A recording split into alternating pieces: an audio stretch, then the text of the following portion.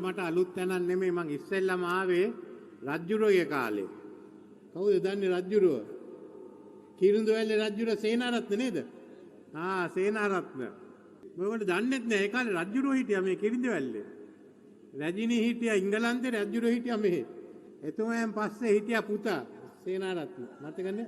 අර පරණ හම්බර් එක තිබුණේ. අපේ සරච්චන්ද්‍ර රාජකර්ණ මහතුමාගේ මරණයෙන් පස්සේ මම කොහොම හරි හර්ෂණගේ නල්ලක් දැම්මා මෙතන පළාත් සභා මන්ත්‍රී කරලා මන්ත්‍රී කරා.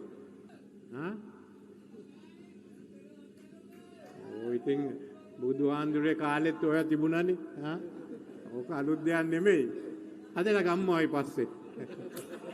මට තියෙන්නේ එකක් මගේ පළවෙනි ප්‍රතිපත්තිය තමයි මේ අපි ඇති කරපු ස්ථාවරය භාව තහවුරු කරන්න. ඒකටයි මම වරම ඉල්ලන්නේ. ඒ වරම ඉල්ලන්නේ ජීවන බඩ තවත් සැහැල්ලු කරන්න. මං ඉන්නේ තවත් රුපියල ශක්තිමත් කරන්න. දල දේශීය නිෂ්පාදනය වැඩි කරන්න.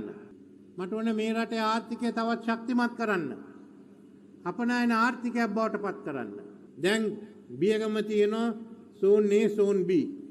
දෙවනි අධීරයේ හැටියට මං කෑරගල ගේනවා සෝන් C හැටියට. ඒ වගේම අනික් ඔයගොල්ලෝ තියෙන අනික් වත්තේ අක්කර 60ක් 70ක් තියෙනවා. අපි ස්මාර්ට් ඇග්‍රිකල්චර් ආරම්භ කරන්න සමාගම් වලට ඒ වත්ත වෙන් කළා දෙනවා.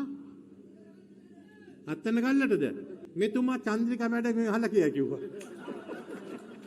නැත්නම් මට තව සටනක් තියෙයි.